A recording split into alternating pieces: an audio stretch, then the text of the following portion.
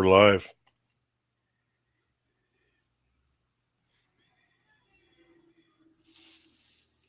Jim, you're muted, or else something's wrong. Well, there's glitch one for Hookem to take out. Shut up, Jason.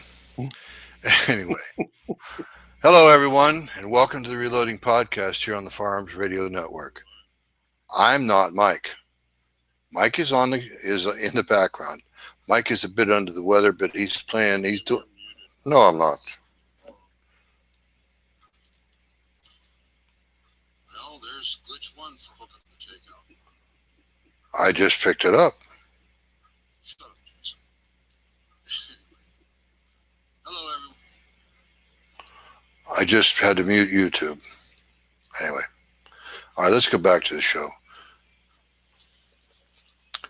Hello, everyone, and welcome to the Reloading Podcast here on the Firearms Radio Network. I'd like to take the time to thank Sean and the gang over at the Firearms Radio Network for giving us a place to hang out. We'd also like to thank Ryan and Jake over at the Patriot Patch Company for being the bandwidth sponsor. Thank you, Ryan and Jake. Thank you, Sean and the gang. And no, everyone, I'm not Mike. Mike is here with us, but he's a bit under the weather. And he's behind the scenes, as it were, behind the screens, if you want to call it that, and all that sort of thing. So it'll just be Jason, myself, and who's that beautiful lady in the corner there, Jason? Do you have any idea who she is? I never saw her before. Oh, look at that. She's got something blue and funny over her right shoulder. That's a reloading press, Jim. Yeah. Never. I've never reloaded 5 million rounds on one. Anyway, what we have here, I'd like to introduce everyone. And after I'm done pulling her leg, everyone, ladies first. This is Ms. Sharenda Burt. Almost mispronounced it. But anyway, she is the most rare bird I've ever seen. She is a lady reloader. She's a reloading lady. She's also not bad to look at either, but that's never mind. And, of course, you guys all know this coarse, grumbly old fool over here in the other corner, Jason Trumbo. Anyway, coarse and crude. I'm refined. You're refined, I sure as hell don't want to see what you look like when you're coarse. I don't know. I'm kind of picking up the guy from the Dos Equis commercial. See? Oh. Refined. Oh, boy. Jason, you can pass the quarter her way. Yep. Told you you'd fit right in, dear. I told you. Anyway, so yes, this is a lady reloader. She's our guest host. And, of course, she's very, very pretty lady. Sweet, nice. You. Yes, ma'am. My pleasure. Trust me. Well, yeah, I'm glad this is live because I never hear that in the same sentence, me and sweet. Well, somebody's not paying attention. But anyway,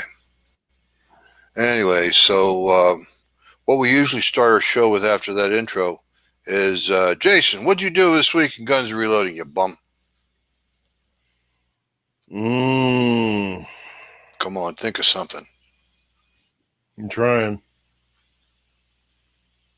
Did you talk to anybody about guns? I almost talked to Dusty. He called me, but I ignored his call, and I never called him back.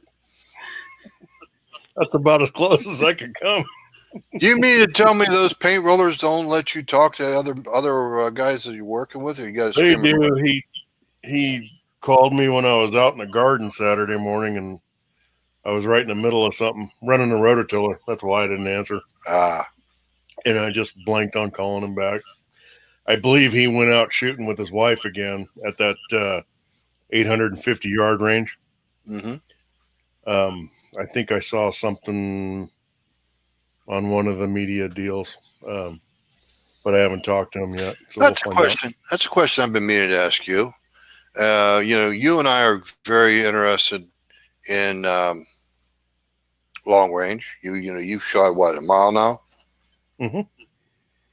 Let me ask you about, what do you think about the ethics of hunting, of shooting at an animal, say 600 yards plus? If I was comfortable with my shooting at 600 yards, I would probably take the shot. But me not shooting often enough, I would have to be up there practicing, and then soon thereafter see the animal. I might take the shot, but it would totally be me, how I feel about it. I'm not into torturing animals either. I'd rather just have them dead. Mm-hmm. DRT, dead right there. So to the guys that do that and they shoot maybe every weekend or whatever, and they're more comfortable with it, if they feel like they can make that shot, then more power to you. Yeah, I read an article to that effect today in my email from the American Rifleman. Because long range shooting is becoming more and more popular, people are taking longer and longer shots. And I agree with you. I don't think 1,000-yard shot at a whitetail or a big bull elk or a beautiful black bear, a big old mean old grizzly bear at 1,000 yards, I don't think that's fair. I don't think it's right. They used to say you never shoot at an animal over 300 yards. But 1,000 yards, Right. the animals can't do that. They can't deal with that. They evolved bad breath distance. That was their threat. Mm-hmm. Mountain lion going after a nice buck deer, that sort of thing. I don't know. Right. I just wanted to get your take on that. I don't imagine you do much hunting, Ms. Sharenda, but what do you think about that? Twice. Yes, ma'am. And only thing I've hunted was deer, and 2 weeks ma'am. I'm going pheasant hunting. Mm-hmm. I'm the same. I've never shot at 600 yards. Me personally, I wouldn't feel comfortable shooting over 100 yards. And I also got to factor in, I'm not going to want to walk that far to go get it. Mm-hmm. But, I agree. If you're comfortable shooting at that distance, by all means, go ahead. Who am I to judge? But personally, I wouldn't even attempt it. I'm not skilled or practiced enough yet. I don't know. To me, the ethics it doesn't seem right to shoot that far. It's particularly if you're not right there, if you're not walking the razor's edge on competence. I agree with you 100%. Anyway, your energy of your cartridge is dying down. So if you're shooting 1,000 yards with a 6.5 308, you don't really have the energy at that point to really knock that animal down. I've seen some pictures of guys bragging about the elk that they shot at 1,100 yards with their 6.5. And it had like 7 bullet holes in it, so he practically tortured the animal to death. I don't really appreciate that. One shot, one kill. Yeah. And I mean, I'm a little strange. I haven't not formed the mosquito or tick bite, but I have an allergy to beef and pork. If I get it from the grocery store, it's something they put in I'm allergic to. So the 2 deer that I've shot, I ended up donating them to give the meat out to harvesters, or the butcher has a program here where they give it to needy families. So me, I'm not going to shoot that far just to shoot that far. And if I have to, there's still targets or other things I could shoot at. Exactly. When you're shooting that far, the best thing to do is either have a spotter downrange hiding in a bunker or have a steel target. You're right. Yeah. Anyway, so I'll go next if you don't mind, because I'm sure the ladies got a lot more to say than I do. About the only thing I did was some more 308 brass prep. Tonight I just finished up another 100 rounds of scraping primer pockets. About 15 minutes I took to scrape primer pockets for 100 rounds of 308. I have a special set of tools I made for my Forster trimmer where I can actually put it up in the trimmer like a lathe and just crank the handle, and it scrapes the primer pocket for you, nice and quick. I'm jealous. Well, I'm a machinist. I think of things like that. Think of things like that all day long. I'm jealous. Yes, ma'am. Do you have a Forster trimmer? No, I do not. I have the Lyman kit that came with a bunch of little things you do by hand. So I'm super jealous right now. Well, I'll give you a little tip. Do you have a cordless drill? I do. Try taking the handle off and clamping the end of the Lyman trimmer in the chuck of the cordless drill. I have thought about that. If the handle will come off easily. I'll give it a try probably next weekend. I acquired some 243 casings and bullets. I also acquired a bag of duds that I got to pull myself. So I'll probably play with those in the next week or two. Duds? Yeah. You didn't rebuild them, did you? No, these were when I bought the dies. What else did I get? The powder charger casings. They threw in the bullets too. I'm like, oh, okay, I'll pull them. Good. You can reuse the bullets and the powder, maybe the primer, but don't ever think about you reusing that powder. Yeah, I was just gonna toss it. Bullets and brass and primer. I don't know what I said, but I won't be sure. Bullets, brass, and primer could be recycled. Anyway, so Miss Sharanda, what did you do this week in Guns and Reloading? Well, this past Thursday, I contract with Hodgdon for their reload show that they started this year. So I went and demoed with the Well Armed Woman group in Kansas City, Kansas to be exact. And I just went through the process of reloading a little PowerPoint and let the ladies crank out a couple. It came home and cleaned more brass for me to reload myself because I started competition shooting sort of. So just mainly grocery shopping for reloading and pre-prepping. We have some input from our invisible host, and Mike wanted to say that he saw the photos of that. He's been following you on Facebook, evidently, and he said, "Looked like you had a good time." I did.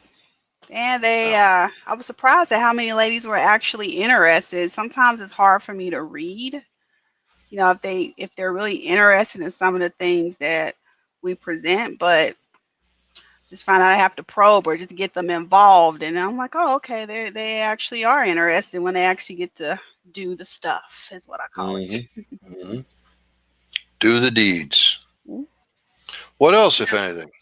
I also have a friend that decided she wanted to start learning how to shoot. So I took her on a field trip where we went to a local range. They had an event. And I told her, I was like, I think you need to go. And she went. She won a gun. She was happy. Yay. So I got to show her how to clean it because she won a Glock, which I told her is a lot simpler than what she has now. But I'll hold her hand. I don't mind. I wished I had somebody to hold my hand when I first got started. And we just went window shopping. Give you another tip for that. When you go to a gun show, ask some of the vendors, or if you go to a big convention like the NRA convention, if you do something like that, you go to some of the vendors and ask him to teach you to field strip their gun. I have done that. Good I find that they quite enjoy it. Well, yes. Guys love to teach ladies things about guns. Oh, yeah. And I like how when they see you're interested, I love how they just, here, take it apart. You can't break it. And I'm like, good. Because if I get to play with it and feel it and see how difficult it is or not, then I'm maybe tempted to go buy it. That's right. The hardest thing about dismantling a Glock is that stupid little pull down. But not if you have fingernails. I do.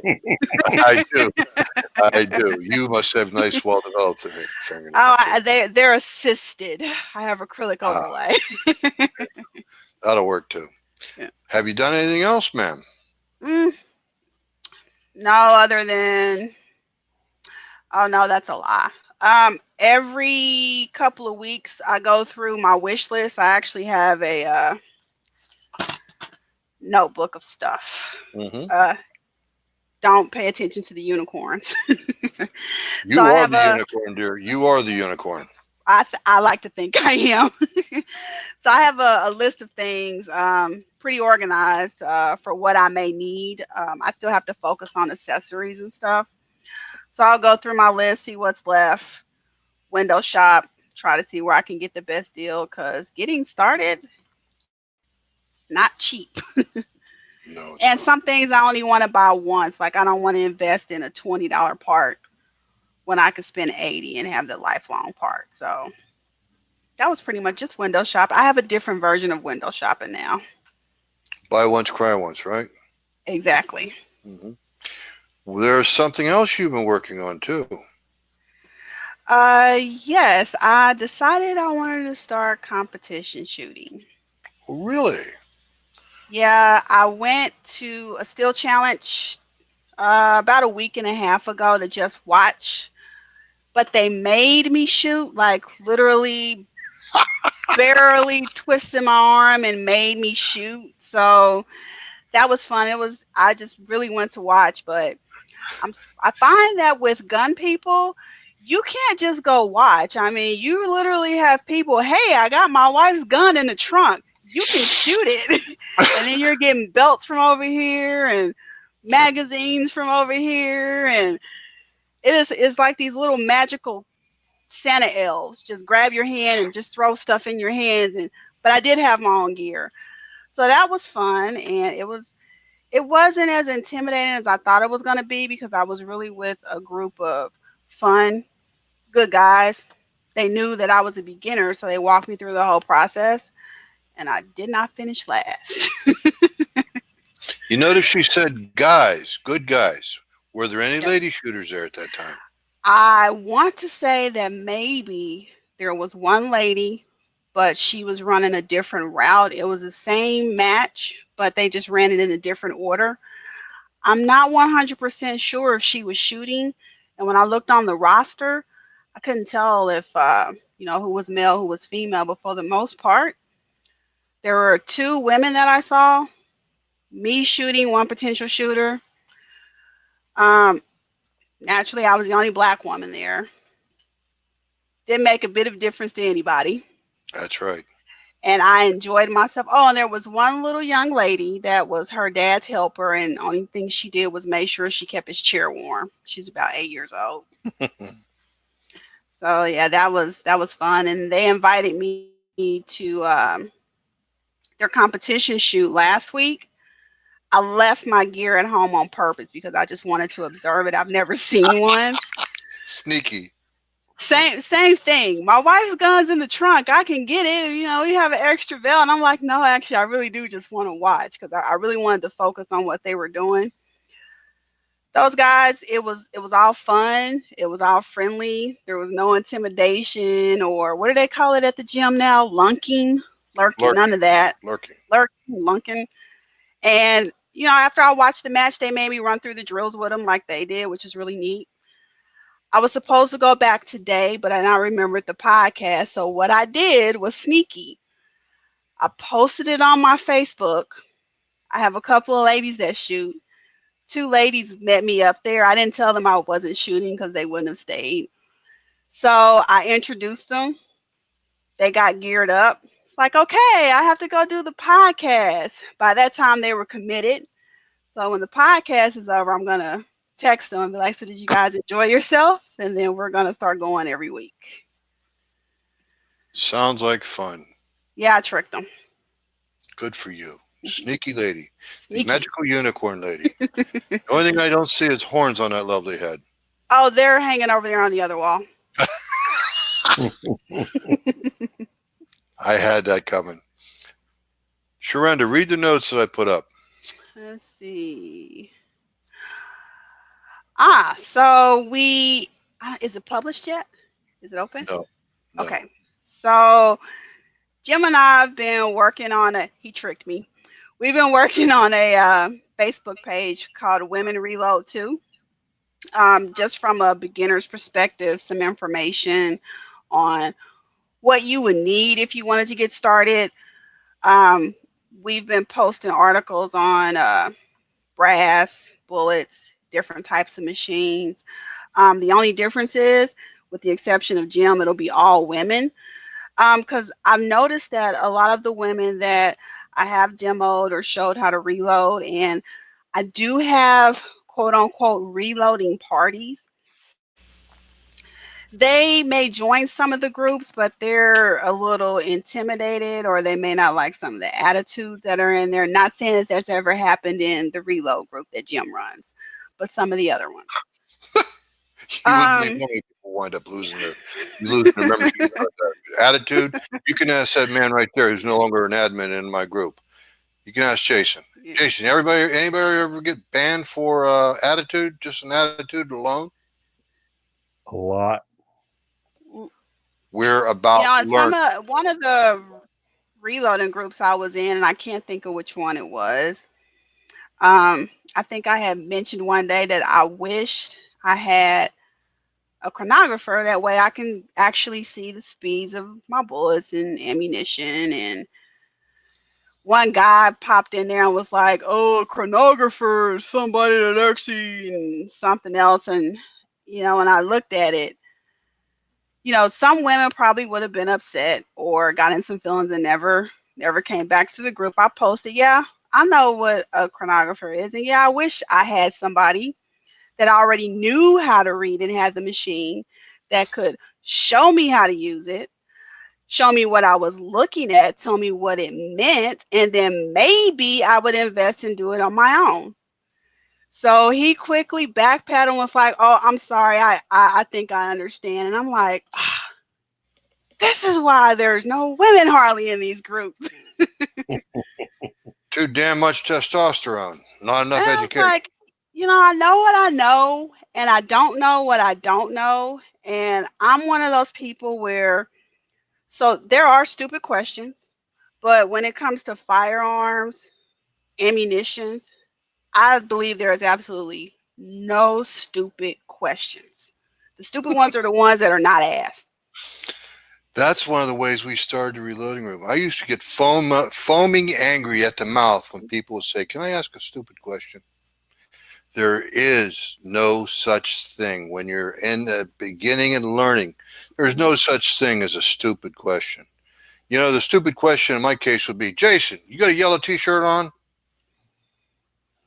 That's a stupid question. Thank you. Yeah. Or, "Jason, is that yellow bullet you have?" That's not a stupid question. They actually exist. Yep. Yeah, they're colored brass. But anyway, yeah, we created a group. I'm going to try to stay in the background. I created it for Miss Sharenda, and I created this group it's called Women Reload 2! Exclamation point. You'll need all 3 words and stuff like that. When we release it after the podcast, I'm going to publish it from a secret group with just Miss Sharenda and I, into a public group that anybody can join. But primarily, we want ladies. In fact, Sharenda's already said it's going to be exclusively ladies, with my exception. And I'm going to be in the background as much as I can, because Jason's got a lot of experience with me and my temper. I don't play. We educate or we go away. And I'm for that. One of the organizations that I'm actually a chapter leader for is the Well Armed Woman Group, and their motto is educate, empower, and equip. And it's a very supportive group of ladies. Matter of fact, if it wasn't for them and their spouses, I do have to include their spouses because it's not always about the women. But if it wasn't for one of my mentors, she was the one that asked me, had I ever thought about reload? And I was like, I would love to. I just don't know where to start, because I live in Kansas City, Missouri. It's not as popular here as it is in states like Georgia, Texas. There's really not anywhere to go to learn. And her husband reloads. So she invited me to her house, and her husband showed me their machine, which is the Dillon I have back here. And then I discovered that our conservation also had hands-on learning. So I would go, and every time the conservation popped up, I was there, to the point where didn't even really need to be there. I already knew the curriculum. I just wanted to go and pull the handle. Like, yeah, I got to sit here, but I just want to crank some bullets out. You couldn't take those for insurance reasons, but it was fun. But if it wasn't for the little microscopic community of the women in the group that I'm with, their husbands, and the encouragement, I wouldn't have known where to start. And since then, I realized that, okay, well, in my area, there's not really anywhere you can go and learn.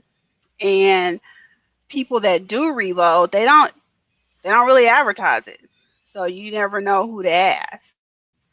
And then when you do find someone that reloads, they live way, way out, or they're just not comfortable teaching it because, they learned one way and they're not sure if that's the right way, that's their way.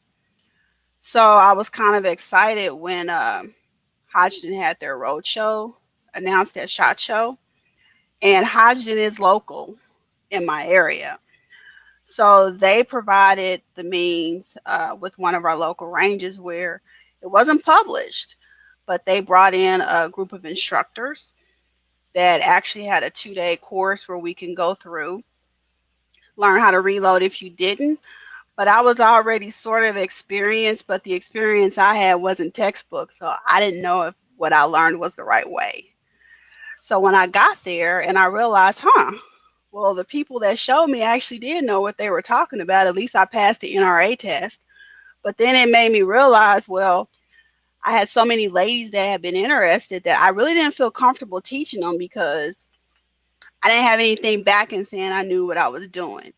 And what I know is still at the beginning stages, but I'm thirsty to learn more. So as I discover the community of reloading, I get more information and I can branch out a little further. Again, that gentleman there in the yellow t-shirt can tell you the same thing I'm going to tell you. Nobody in the reloading room has learned more from the reloaders than the people that created the group. I'm glad I discovered the group. I can't remember how, though. That's the funny part.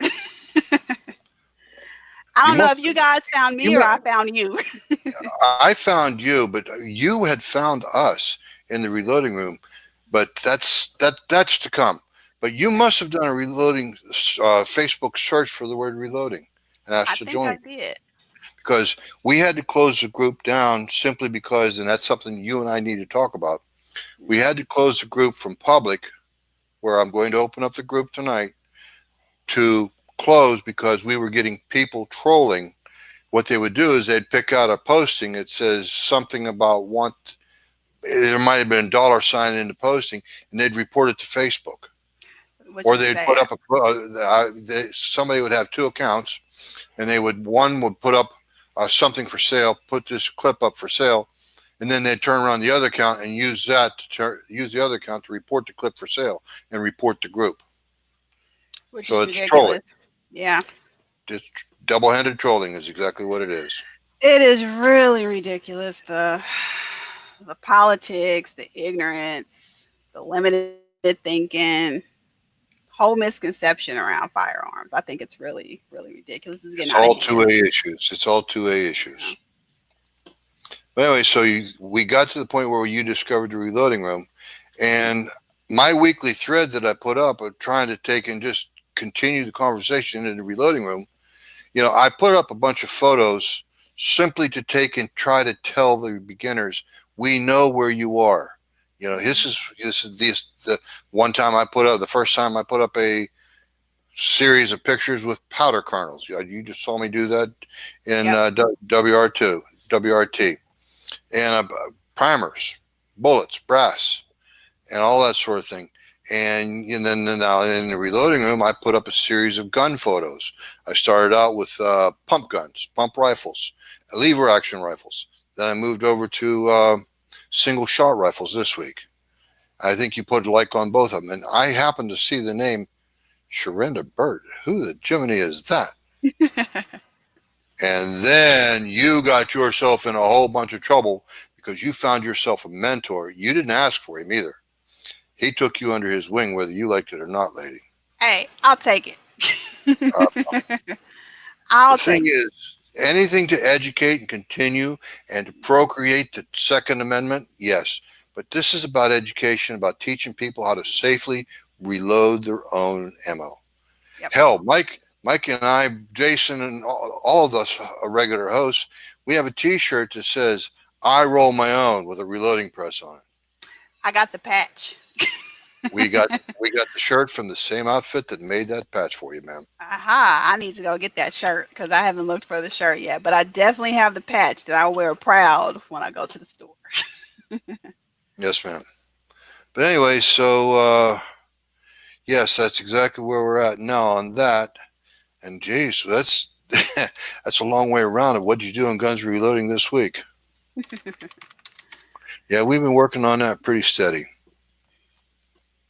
And you know, I don't intend to be a wallflower in the ladies group, but at the same time, you know, the ladies got to understand. You know, I'm there as tech support, parameter support. Mm-hmm. I've got a lot of experience in managing groups from Facebook, but I also have a wealth of reloading knowledge right here in this cotton picker brain of mine. Yep, and I need some seasoning. Well, you'll get it. You'll get it because I will tell you, we were talking about that today privately, about the whiners and complainers. We're going to get them. And that's why I never created a ladies only group. I'm telling you, there's nothing like. So I constantly get asked the question: do I save money when I reload? Well, it's kind of hell no. It's a yes no. So for me, no, because I reload, I definitely shoot more. Mm-hmm. But for me, it's nothing like getting up on a Saturday morning, drinking my cup of coffee first, and cranking out 400 rounds.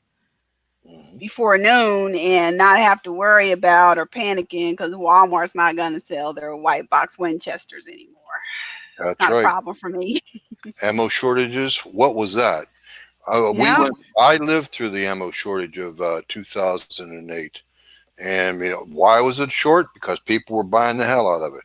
Yeah, what was first time I had heard of ammo shortages were the 22s, right? Yes, ma'am. Now we're actually facing an ammo glut. But that's all right. But there's another, even more important reason to reload. And that is the simple fact that that machine behind you can produce ammunition tailored to your gun, exactly what your gun needs or prefers to help you sink those bullets into the X-ring. And they tailor the ammunition at the same time to a load that might be 2% stronger than what you're accustomed to out of factory ammunition, but it's great for training. What I'm trying to say is you can build better quality ammunition for what you need and what your gun needs than what you're going to get out of that Winchester white box. That is true. Because I'm telling you, the first time I reloaded my first box of 100, I took them to the range. When I shot the same hole multiple times with my pistol, it was so invigorating. And I'm not a pistol lover. I'm a shotgun girl and a rifle girl, but knowing that, I was like, wow, I had never done that before. Or maybe, I don't know if maybe I had got better by then, but it was nice watching. And the ladies that I went with, and they saw, they're like, did you just shoot the same hole like 5 times? I was like, okay, I thought it was just me. Let me see if I can do it again. And then when I went to a different box that we bought out at the range, I'm like, there is definitely a difference. Definitely a difference. Yes, ma'am. We're talking, Jason, we're not your back. We're just talking about how we can build better quality ammunition for what our guns need or want than what we need and want for our training. You know, I was just mentioning the fact that we can build, I like my 145 cast bullets for my 40. And, you know, it's a safe load. It's a max load, but it's a safe load. But yet I've noticed when I shoot factory 185 grains, it's a whole lot milder than my stiff loads with the 145 grains. Mm-hmm. You know, it strengthens my hands. It helps me get accustomed to the muzzle blast and so on and so forth when I'm actually training myself and shooting and practicing. I think getting rid getting used to that muzzle blast is pretty important because it really catches some people off guard. That's right. That's a fact. Especially that big old ball of fire I used to tell you guys about. Yep. That's a story from, tell you real quick what happened. The guy that taught me to reload had me shooting his Smith & Wesson with some reloads he made. They were rather mild. Then he turned around, had me set up and load 6 loads, max load, 357, with a powder called WW296. It's a slow burning powder, and it's known for creating a big ball of fire. Well, I put 6 of those together, not knowing what the heck I was doing.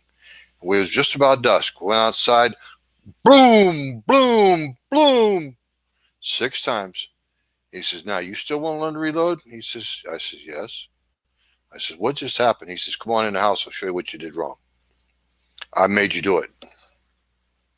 Yeah, anyway, he's a good old boy. He's still around. And he still can't believe how much I've procreated and promulgated and promoted reloading. His daughter sees it. But anyway, geez, oh my God, we're almost over half hour into the show. Still nervous, dear? Nah, I think I'm good now. I have to admit, I was nervous. I was thinking podcast. What the heck am I going to be able to offer to a podcast to these old seasoned vets here? And I just got fresh out the egg. Well, what the letters POD stand for is like in an iPod, it stands for play on demand. POD. That's what a podcast is, except somebody took the word broadcast, cut it apart, put POD in front of it. So there it is. That's all it is. Just like a radio broadcast, except people play it when they want to hear it. Yeah, I got a cartridge case in my hand. I keep forgetting to put it away. It's a 222 Remington Magnum case. It looks like a 223, I know. It does. But I got big fat hands. What calibers do you reload? I do 223 every so often. I use my friend's husband's reloader because he has a single stage. So once every couple of months, I'll go over his place and do 1,000, which isn't a lot, but I guess it is a lot for the average person. The average person doesn't shoot 1,000 rounds, even of 22 in a lifetime. Well, you guys got to hang out with my group of ladies. We'll have a pew pew play date, and I'm telling you, I have grandmas. I won a CZ Evo Scorpion, the S1, and I'm telling you, when I take that to the range and we have pew pew play date, we're talking grandmas, great grandmas. They have on the Joker face, shooting that thing like it's a Tommy gun. It is the most hilarious thing ever, especially when you can hear them mumbling with the electronic ears, the attack driver. Because I told them they have to say that when they shoot the Scorpion. So can you imagine your grandma shooting a Scorpion yelling attack driver? Well, whispering. So we'll get together and we'll shoot ARs in one bay and shotgun in another bay and carbine in another bay and pistol in another. We're taking up like 4 bays when we're there. Now, this Scorpion, is it semi-automatic or is it fully automatic? Oh, I can't afford those. It's semi. You know they're not going to give away full auto at an event. By the way, you know that blue machine behind you is very, very, very capable of being used as a single stage press. Just don't put the other dies in. Mm-hmm. Use it as a single stage, and it can also be used to progressively reload 223. Yeah, but it's nice to go over somebody else's house and not have to clean up.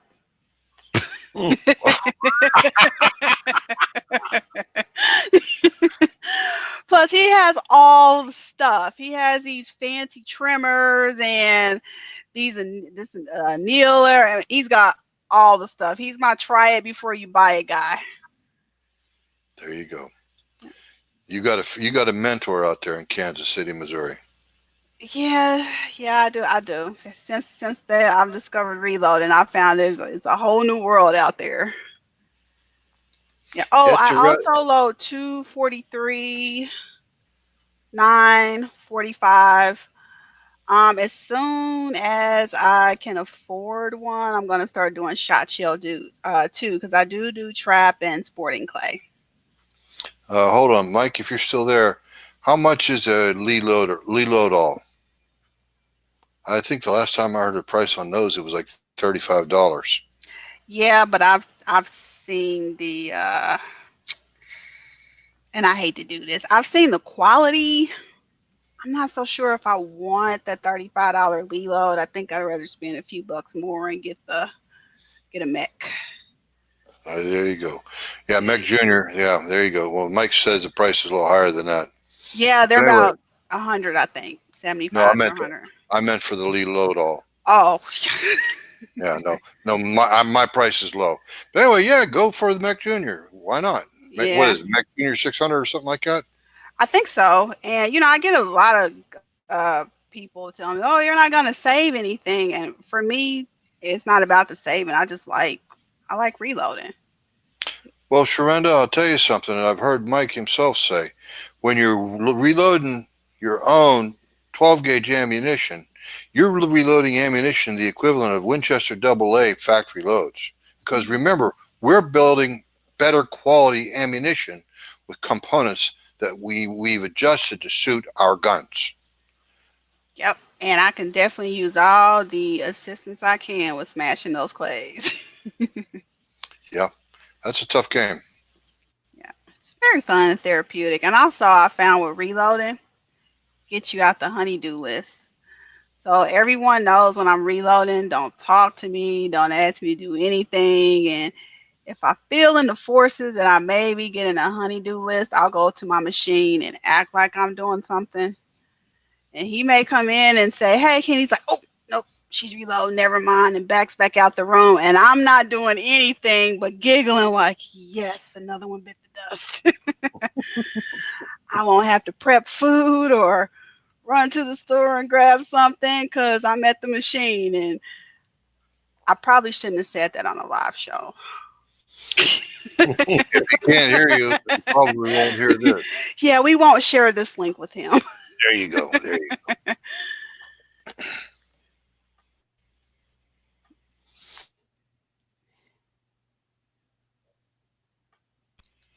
Anyway, what else was I going to ask you? I think we about covered it. Well, let's see if you got anything about what we're talking about in the YouTube chat.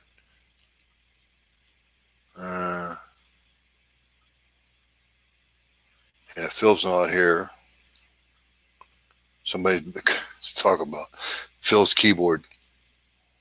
Okay, YouTube is stalled for me. I don't think I have it up just because I didn't want it to accidentally blare a commercial. Yeah, that's fine. Okay, well, it looks like we're ready for the questions unless Mike has something. Okay. Mike told me to skip the cartridge corner, which is fine. So we'll go to the questions. We have, topic 1 was Sharenda, history of reloading, your history, personal history. Anyway, have you ever done any studying about the history of reloading? Surface studies. I haven't gone back into the history as far as maybe within the last 20 years how the loads have changed. Mm-hmm. I do have several books I pick up in between adulting and life that I'll read and go back a little further. Other than the learning about the now, no. Okay. It's hard to believe this, but the original reloaders were people that shot black powder. They reloaded for every shot. Yeah, I know some muzzle loaders here too. Mm-hmm. I like watching it. I don't think I'd ever want to personally do it. It's a lot of work. I've shot a flintlock twice. I didn't care for that big old ball of fire going up the side of my eyeball. No, thank you, ma'am. Yeah, the whole cleaning after every time. Yeah, that's not. I admire it, but it's something I'd rather watch than do. Yep. And the original, let's see, the original recyclers were reloaders also, because we recycle every scrap of brass we can get. Isn't that the truth? I'll take it all. There you go. Okay, first question.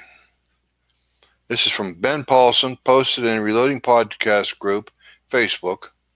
He has an older Lyman 500 beam scale. Never had a problem zeroing or verifying with the weights. I have one of the weight sets as well. He went to check it today before starting, and every weight confirmed zero correctly, except the 5-grain test piece and the 4-grain test piece, 2 of the 2-grain pieces. I cleaned all the weight pieces just in case, but still the same results. The beam scale is about 20 years old. Do I need a new scale? I don't, Ms. Sharanda, what do you use for powder scale? I actually have a Lyman digital scale, and I have the RCBS beam scale. The RCBS digital scale, or it's a beam scale? Yep. Yes. I do both. Okay. Jason, did you grab that question, or do you need to copy the show notes? Oh, I don't have the show notes. Okay, let me read it to you again. The guy's having trouble re-zeroing his 500 beam scale, and a couple of the check weights aren't zeroing out quite right for him. The lower end, he's got a 5-grain test piece and a 4-grain test piece. It doesn't seem to want to zero right. He cleaned all the weight pieces just in case, but it's still the same results. The beam scale is about 20 years old. He wants to know if he needs a new scale. Just on the low end. Just on the low end.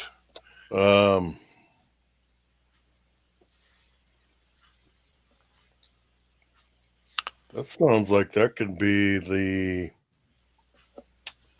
what do you call those, blades? Knife edges. Knife edges. That's what that sounds like to me. Dirt or dust down in the corners of the knife edges, where the knife edges rest. Yeah. Yep. Now my RCBS 1010, it never fails to zero. I've had it since 1980, and it's never failed. And I'll be honest with you, I frequently let it set uncovered. Yeah, I don't take it apart and put it back down inside everything in its nested corner. I've never had the least bit of trouble, but also I do check it periodically, particularly in the pockets where the knife edges rest. Yeah, that's and I inherited mine from an estate sale, but I also keep it covered. I keep it in a shot shell box, plastic one, MCM. You know, it's funny how those clear plastic boxes, or whatever kind of boxes you're using like that, those recyclable plastic boxes work. Sterilite, you buy them in Big Lots or someplace like that, or Walmart or Kmart. Well, Kmart is non-existent. Buy them in Walmart. Still, you can buy a Sterilite box. You'd be amazed. I keep my Forster trimmer in a 12 by 8 Sterilite box. It's about 8 inches deep, 12 by 8 by 8. And I put all kinds of crap in there, and I keep my calipers in there, and I keep my trimmer in there too. Excuse me. Same here. I got it looks like a crayon or pencil box. It's about maybe 15 inches long, which it was a weird one I had never seen before, but it holds my primer tubes. I keep my caliper in there, bunch of small miscellaneous stuff. It's like, the best $2 ever spent. Let me ask you this. What do you use, since you drink so much coffee? I bet I know the answer to this question. What do you store your reloaded ammunition in? What do you store your components in? What do you store your brass in? Your bullets? What do you store all that stuff in? My bullets, I keep in plastic recipe boxes. A good example, if you ever go into the store and Barry's Bullets, those little index card boxes. Well, I buy multiples of those, and I keep them in there labeled with the weight, when I got them, where I got them, lot number if that's on there. I have a label maker.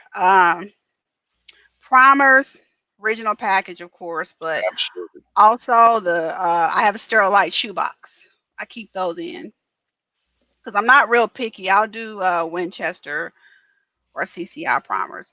It's whoever's on sale and has a rebate is who I roll with. And as far as gunpowder, the original container, and then I have what are those wooden boxes that the NRA will give you sometimes when you get a 5 or lifetime year membership, and then you usually end up seeing them at a thrift store. Mm-hmm. I keep the bottles in there because I don't buy them. I don't buy the 5-pound ones because I'm limited on space. I'll get the, what are they, 2 pounds? Well, anyway, the ones that are about this big. I'll just buy multiples of those and store them there. 1-pounders. And what you're talking 1 about, pounder. Mike Yeah. said it. Mike said it. It's called a footlocker. Yep. Yeah. So, Okay, but what about your brass? What do you store your empty, dirty brass in, and your reloaded ammo? So my empty, dirty brass, I have ammo cans actually. So the dirty ones I keep in the metal cans because I don't leave them in there that long. The clean ones I'll keep in the plastic ones with the seal so they don't tarnish as fast. I don't really care if they tarnish or not. I don't care if they're shiny as long as they're clean in their chute. Doesn't make me a difference. Also the ones that people give me, I actually have friends that bring me tons of their spent cases. I'll keep those in sandwich bags. I have a process. If other people bring me casings, they sweep up all the dirt that is there at the range and gunpowder. I'll leave those in Ziploc gallon storage bags or freezer bags. I'll take them outside. I'll sift them to get most of the dust out. And then because I live in an apartment, I wet wash them because I don't want gunpowder in the air. Then after I wet wash and dry them, then I'll shine them up. Do you have a brass polisher? Do you have a tumbler? I have a tumbler and the wet one. Okay. I'll do both. It depends. And then I'll store those in ammo cans with the rubber seals. Okay. The reason why I was just joking with you because I use coffee cans. Oh, well, I don't buy my coffee out the can. Oh, well, excuse me. Yeah, that's a face. Yeah, I only do bean coffee, and it gets stored in its own little special vacuum seal can, and coffee only lasts here maybe a half a week or a week.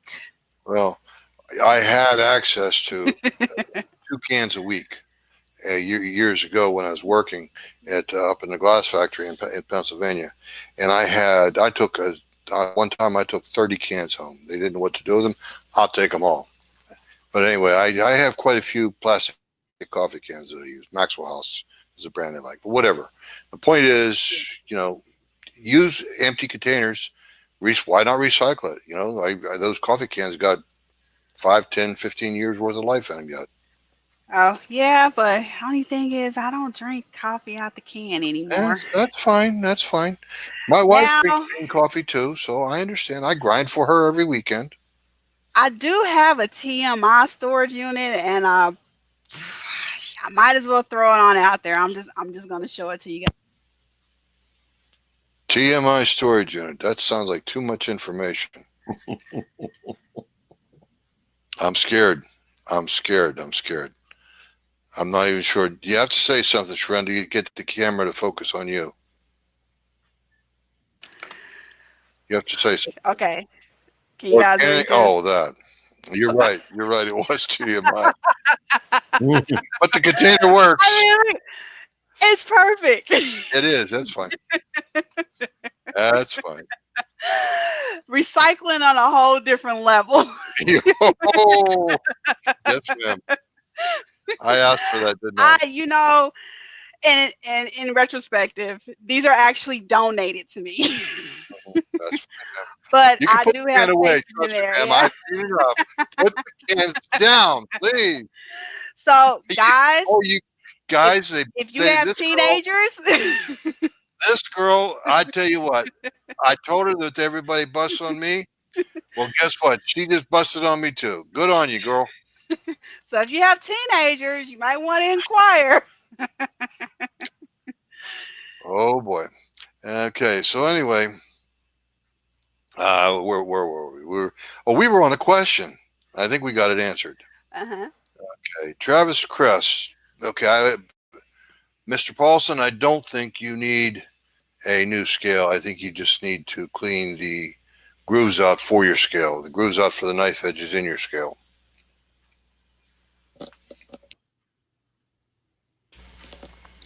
We have a question for Sharenda.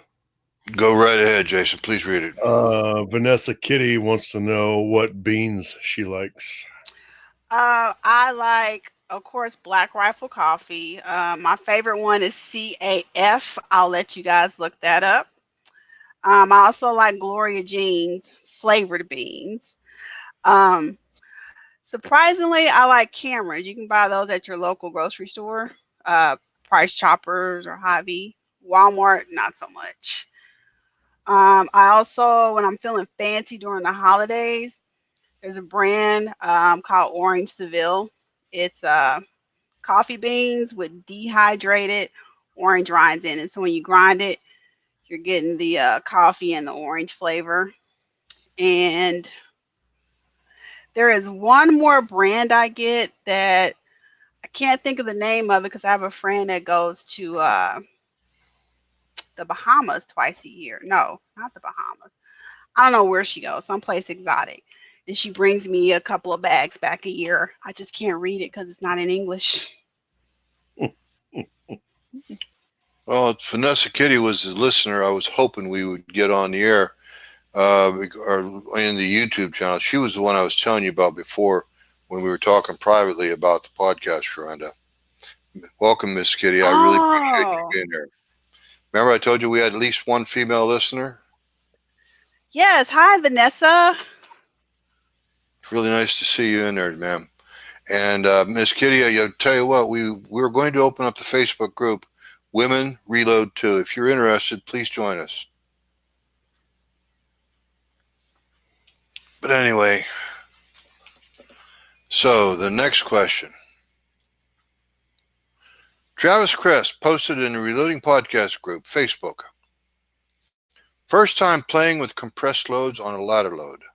He started out at 90%, COAL is 2.170. By the time I got to my 95% capacity, he was seating at 2.175. Should I have adjusted the seating stem for the extra volume, or should it all be okay, seeing it's only 5 thousandths in length? Jason, in other words, the gentleman, Mr. Crest, is a first-time reloader.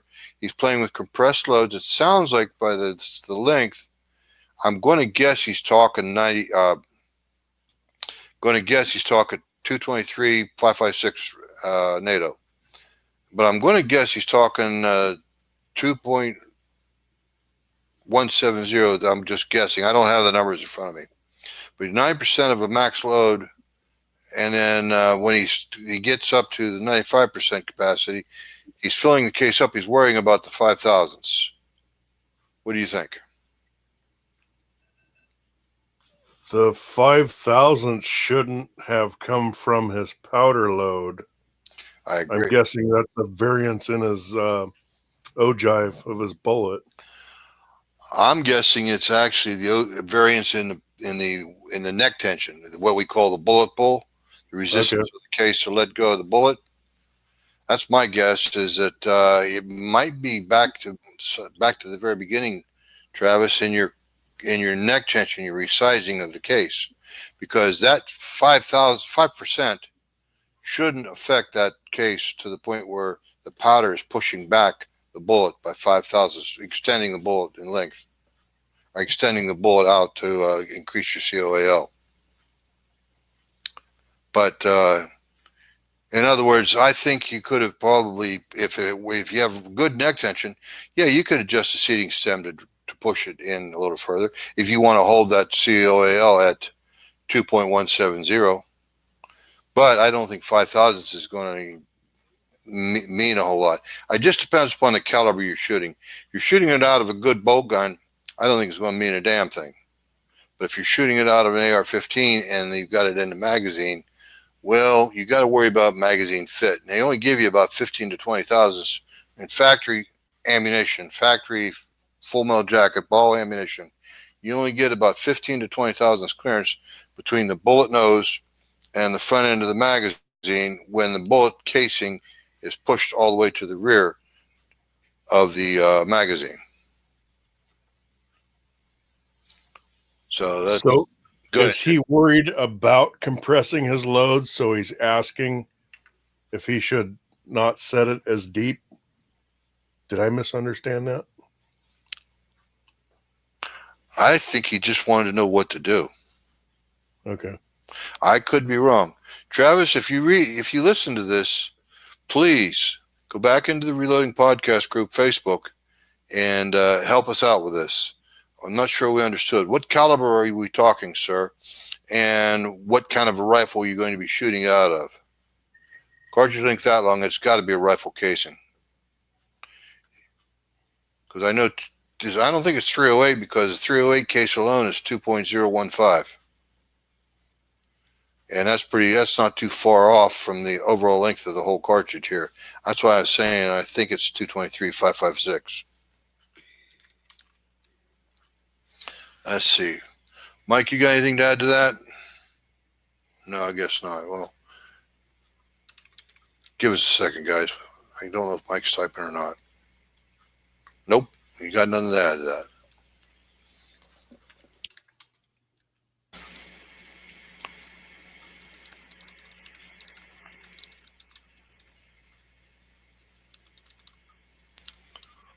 Okay.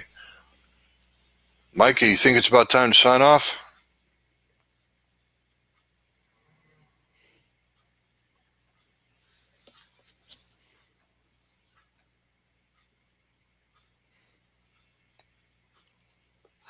Ms. Sharon, do you have anything else you'd like to add? No, I don't have anything I can think of. Did you enjoy yourself, ma'am? I did. Good. Well, I would like to invite you back sometime in the future to let us know how the groups are coming along, because you and I are going to create one on MeWe also. We haven't done that yet.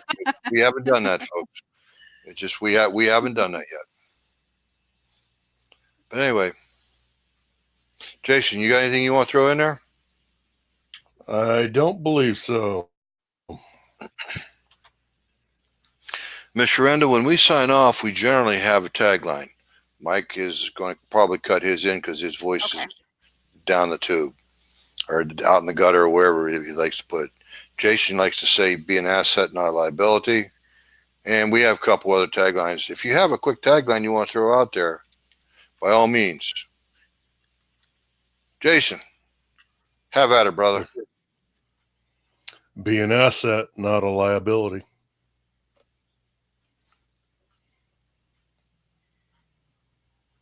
That's you, man.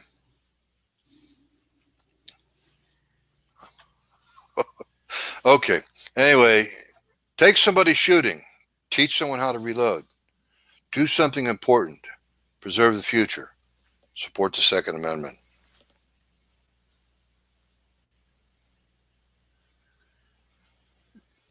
Kick us off, Mike.